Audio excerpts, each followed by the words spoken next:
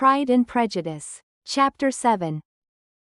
Mr. Bennet's property consisted almost entirely in an estate of 2,000 a year, which unfortunately for his daughters was entailed in default of heirs male on a distant relation, and their mother's fortune, though ample for her situation in life, could but ill supply the deficiency of his. Her father had been an attorney in Meryton, and had left her £4,000. She had a sister married to a Mr. Phillips, who had been a clerk to their father, and succeeded him in the business, and a brother settled in London in a respectable line of trade. The village of Longbourn was only 1 mile from Meryton, a most convenient distance for the young ladies, who were usually tempted thither 3 or 4 times a week, to pay their duty to their aunt, and to a milliner's shop just over the way. The 2 youngest of the family, Catherine and Lydia, were particularly frequent in these attentions. Their minds were more vacant than their sisters', and when nothing better offered, a walk to Meryton was necessary to amuse their morning hours, and furnish conversation for the evening. And however bare of news the country in general might be, they always contrived to learn some from their aunt. At present indeed, they were well supplied both with news and happiness by the recent arrival of a militia regiment in the neighborhood. It was to remain the whole winter, and Meryton was the headquarters. Their visits to Mrs. Phillips were now productive of the most interesting intelligence. Every day added something to their knowledge of the office's names and connections. Their lodgings were not long a secret, and at length they began to know the officers themselves. Mr. Phillips visited them all, and this opened to his nieces a source of felicity unknown before. They could talk of nothing but officers, and Mr. Bingley's large fortune, the mention of which gave animation to their mother, was worthless in their eyes when opposed to the regimentals of an ensign. After listening one morning to their effusions on this subject, Mr. Bennet coolly observed, "From all that I can collect by your manner of talking, you must be 2 of the silliest girls in the country. I have suspected it some time, but I am now convinced." Catherine was disconcerted, and made no answer, but Lydia, with perfect indifference, continued to express her admiration of Captain Carter, and her hope of seeing him in the course of the day, as he was going the next morning to London. "I am astonished, my dear," said Mrs. Bennet, "that you should be so ready to think your own children silly. If I wished to think slightingly of anybody's children, it should not be of my own however. If my children are silly I must hope to be always sensible of it. Yes, but as it happens, they are all of them very clever.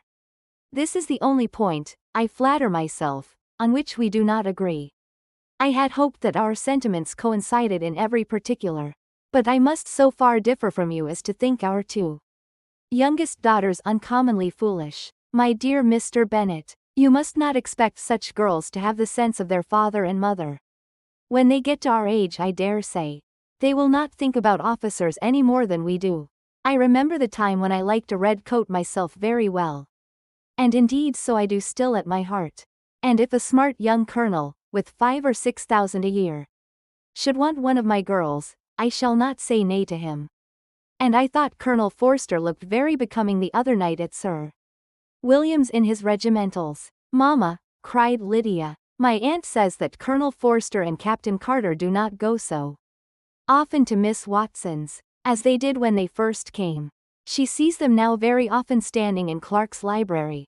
Mrs. Bennet was prevented replying by the entrance of the footman, with a note for Miss Bennet. It came from Netherfield, and the servant waited for an answer. Mrs. Bennet's eyes sparkled with pleasure, and she was eagerly calling out, while her daughter read, "Well, Jane, who is it from? What is it about? What does he say? Well, Jane, make haste and tell us, make haste, my love." "It is from Miss Bingley," said Jane. "And then read it aloud. My dear friend, if you are not so compassionate as to dine today with Louisa and me, we shall be in danger of hating each other for the rest of our lives. For a whole day's tête-à-tête between 2 women can never end without a quarrel. Come as soon as you can on the receipt of this. My brother and the gentlemen are to dine with the officers. Yours ever, Caroline Bingley." "With the officers?" cried Lydia. "I wonder my aunt did not tell us of that."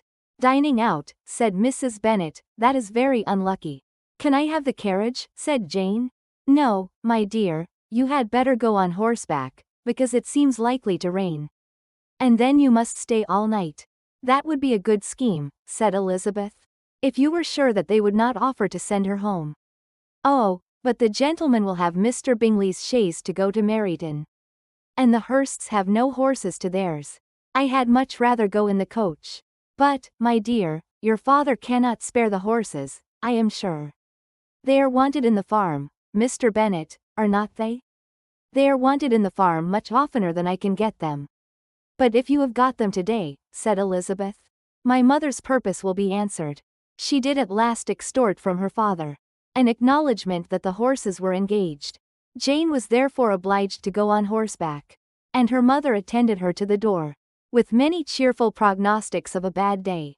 Her hopes were answered. Jane had not been gone long before it rained hard.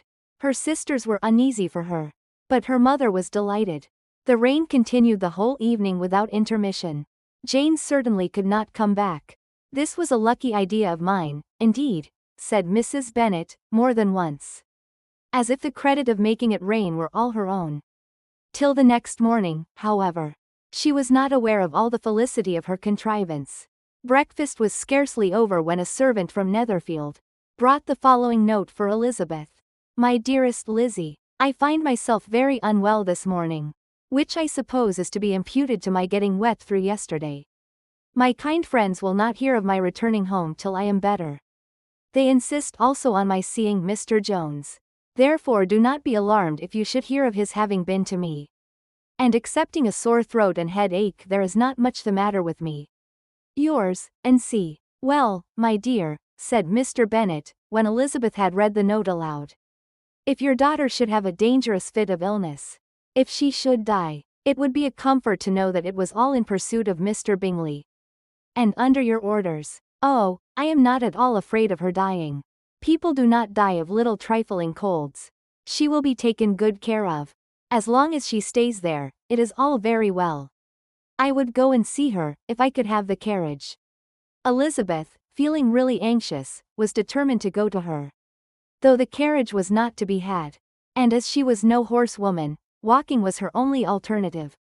She declared her resolution. How can you be so silly, cried her mother, as to think of such a thing, in all this dirt? You will not be fit to be seen when you get there. I shall be very fit to see Jane, which is all I want. Is this a hint to me, Lizzie, said her father, to send for the horses? No, indeed, I do not wish to avoid the walk. The distance is nothing, when one has a motive. Only 3 miles. I shall be back by dinner. I admire the activity of your benevolence, observed Mary, but every impulse of feeling should be guided by reason. And in my opinion, exertion should always be in proportion to what is required. We will go as far as Meryton with you, said Catherine and Lydia. Elizabeth accepted their company, and the 3 young ladies set off together.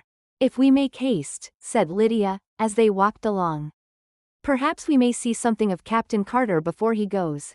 In Meryton they parted. The 2 youngest repaired to the lodgings of one of the officers' wives, and Elizabeth continued her walk alone, crossing field after field at a quick pace, jumping over stiles and springing over puddles with impatient activity, and finding herself at last within view of the house, with weary ankles, dirty stockings, and a face glowing with the warmth of exercise, she was shown into the breakfast parlour, where all but Jane were assembled, and where her appearance created a great deal of surprise. That she should have walked 3 miles so early in the day, in such dirty weather, and by herself, was almost incredible to Mrs. Hurst and Miss Bingley, and Elizabeth was convinced that they held her in contempt for it. She was received, however, very politely by them, and in their brother's manners there was something better than politeness. There was good humour and kindness. Mr. Darcy said very little, and Mr. Hurst nothing at all. The former was divided between admiration of the brilliancy which exercise had given to her complexion, and doubt as to the occasions justifying her coming so far alone. The latter was thinking only of his breakfast. Her inquiries after her sister were not very favourably answered. Miss Bennet had slept ill, and though up, was very feverish and not well enough to leave her room. Elizabeth was glad to be taken to her immediately, and Jane, who had only been withheld by the fear of giving alarm or inconvenience from expressing in her note how much she longed for such a visit, was delighted at her entrance. She was not equal, however, to much conversation, and when Miss Bingley left them together, could attempt little beside expressions of gratitude for the extraordinary kindness she was treated with. Elizabeth silently attended her. When breakfast was over, they were joined by the sisters, and Elizabeth began to like them herself, when she saw how much affection and solicitude they showed for Jane. The apothecary came, and having examined his patient, said, as might be supposed, that she had caught a violent cold, and that they must endeavor to get the better of it, advised her to return to bed, and promised her some draughts. The advice was followed readily, for the feverish symptoms increased, and her head ached acutely. Elizabeth did not quit her room for a moment, nor were the other ladies often absent. The gentlemen being out, they had in fact nothing to do elsewhere. When the clock struck 3, Elizabeth felt that she must go, and very unwillingly said so. Miss Bingley offered her the carriage, and she only wanted a little pressing to accept it, when Jane testified such concern in parting with her, that Miss Bingley was obliged to convert the offer of the chaise into an invitation to remain at Netherfield for the present. Elizabeth most thankfully consented, and a servant was dispatched to Longbourn, to acquaint the family with her stay, and bring back a supply of clothes. Chapter 8. At 5 o'clock the two ladies retired to dress, and at 6:30 Elizabeth was summoned to dinner. To the civil inquiries which then poured in, and amongst which she had the pleasure of distinguishing the much superior solicitude of Mr. Bingley's, she could not make a very favourable answer. Jane was by no means better. The sisters, on hearing this, repeated 3 or 4 times how much they were grieved, how shocking it was to have a bad cold, and how excessively they disliked being ill themselves, and then thought no more of the matter. And their indifference towards Jane when not immediately before them, restored Elizabeth to the enjoyment of all her original dislike. Their brother, indeed, was the only one of the party whom she could regard with any complacency. His anxiety for Jane was evident, and his attentions to herself most pleasing, and they prevented her feeling herself so much an intruder as she believed she was considered by the others. She had very little notice from any but him. Miss Bingley was engrossed by Mr. Darcy, her sister scarcely less so. And as for Mr. Hurst, by whom Elizabeth sat, he was an indolent man, who lived only to eat, drink, and play at cards, who when he found her prefer a plain dish to a ragout, had nothing to say to her. When dinner was over, she returned directly to Jane, and Miss Bingley began abusing her as soon as she was out of the room. Her manners were pronounced to be very bad indeed, a mixture of pride and impertinence. She had no conversation, no style, no taste, no beauty. Mrs. Hurst thought the same, and added, "She has nothing, in short, to recommend her, but being an excellent walker. I shall never forget her appearance this morning. She really looked almost wild." "She did indeed, Louisa. I could hardly keep my countenance. Very nonsensical to come at all. Why must she be scampering about the country, because her sister had a cold? Her hair so untidy, so blowsy. Yes, and her petticoat, I hope you saw her petticoat, 6 inches deep in mud. I am absolutely certain. And the gown which had been let down to hide it, not doing its office." "Your picture may be very exact, Louisa," said Bingley, "but this was all lost upon me. I thought Miss Elizabeth Bennet looked remarkably well, when she came into the room this morning. Her dirty petticoat quite escaped my notice." "You observed it, Mr. Darcy, I am sure," said Miss Bingley. "And I am inclined to think that you would not wish to see your sister make such an exhibition." "Certainly not. To walk 3 miles, or 4 miles, or 5 miles, or whatever it is, above her ankles in dirt, and alone, quite alone. What could she mean by it? It seems to me to show an abominable sort of conceited independence. A most country town indifference to decorum. It shows an affection for her sister that is very pleasing," said Bingley. "I am afraid, Mr. Darcy," observed Miss Bingley, in a half-whisper, "that this adventure has rather affected your admiration of her fine eyes." "Not at all," he replied. "They were brightened by the exercise. A short pause followed this speech, and Mrs. Hurst began again. I have an excessive regard for Jane Bennet. She is really a very sweet girl, and I wish with all my heart she were well settled. But with such a father and mother, and such low connections, I am afraid there is no chance of it. I think I have heard you say that their uncle is an attorney in Meryton. Yes, and they have another, who lives somewhere near Cheapside. That is capital, added her sister, and they both laughed heartily. If they had uncles enough to fill all Cheapside, cried Bingley, it would not make them one jot less agreeable. But it must very materially lessen their chance of marrying men of any consideration in the world, replied Darcy. To this speech Bingley made no answer, but his sisters gave it their hearty assent, and indulged their mirth for some time at the expense of their dear friend's vulgar relations. With a renewal of tenderness, however, they repaired to her room on leaving the dining parlour, and sat with her till summoned to coffee.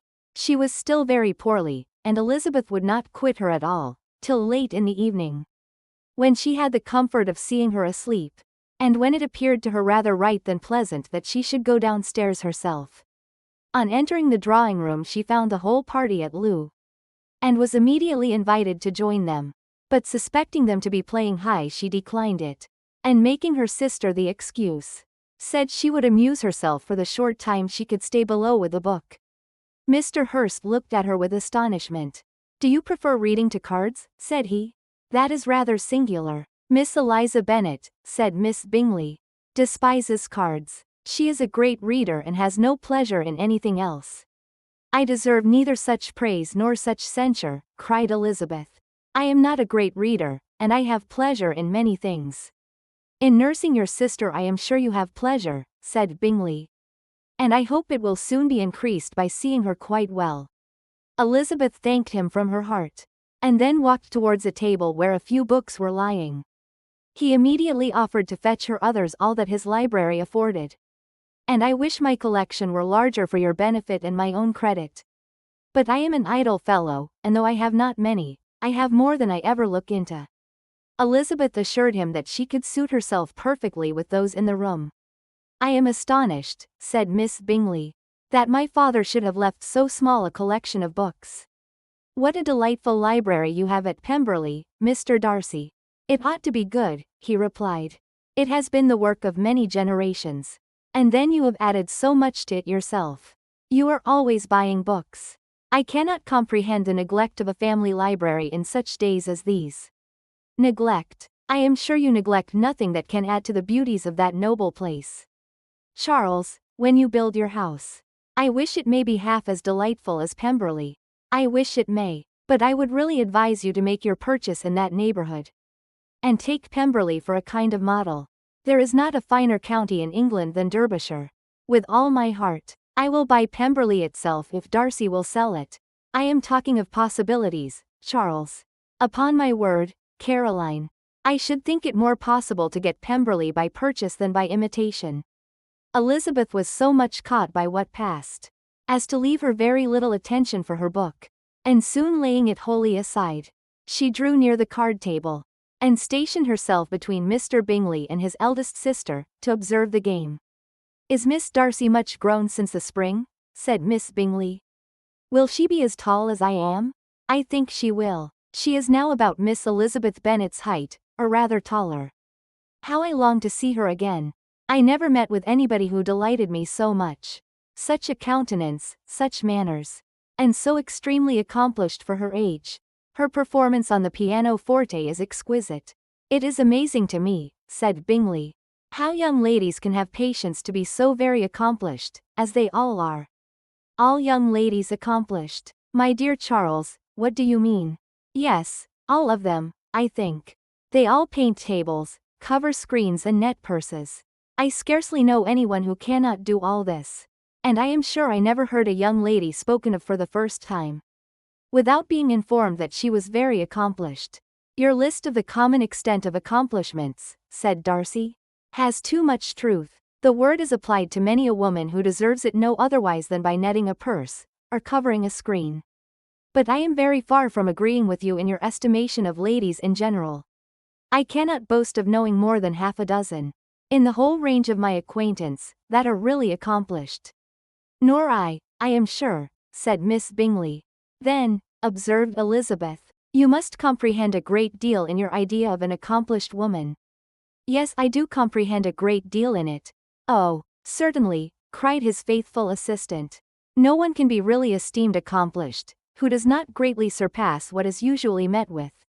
A woman must have a thorough knowledge of music, singing, drawing, dancing, and the modern languages, to deserve the word. And besides all this, she must possess a certain something in her air and manner of walking. The tone of her voice, her address and expressions, or the word will be but half deserved. All this she must possess, added Darcy. And to all this she must yet add something more substantial, in the improvement of her mind by extensive reading. I am no longer surprised at your knowing only 6 accomplished women. I rather wonder now at your knowing any. Are you so severe upon your own sex, as to doubt the possibility of all this? I never saw such a woman. I never saw such capacity, and taste, and application, and elegance, as you describe, united. Mrs. Hurst and Miss Bingley both cried out against the injustice of her implied doubt. And were both protesting that they knew many women who answered this description. When Mr. Hurst called them to order, with bitter complaints of their inattention to what was going forward, as all conversation was thereby at an end, Elizabeth soon afterwards left the room. Eliza Bennet, said Miss Bingley, when the door was closed on her, is one of those young ladies who seek to recommend themselves to the other sex by undervaluing their own, and with many men, I dare say, it succeeds. But, in my opinion, it is a paltry device, a very mean art. Undoubtedly, replied Darcy, to whom this remark was chiefly addressed. There is meanness in all the arts which ladies sometimes condescend to employ for captivation. Whatever bears affinity to cunning is despicable. Miss Bingley was not so entirely satisfied with this reply as to continue the subject. Elizabeth joined them again only to say that her sister was worse, and that she could not leave her. Bingley urged Mr. Jones's being sent for immediately, while his sisters, convinced that no country advice could be of any service, recommended an express to town for one of the most eminent physicians. This, she would not hear of, but she was not so unwilling to comply with their brother's proposal. And it was settled that Mr. Jones should be sent for early in the morning, if Miss Bennet were not decidedly better. Bingley was quite uncomfortable. His sisters declared that they were miserable. They solaced their wretchedness, however, by duets after supper, while he could find no better relief to his feelings than by giving his housekeeper directions that every possible attention might be paid to the sick lady and her sister.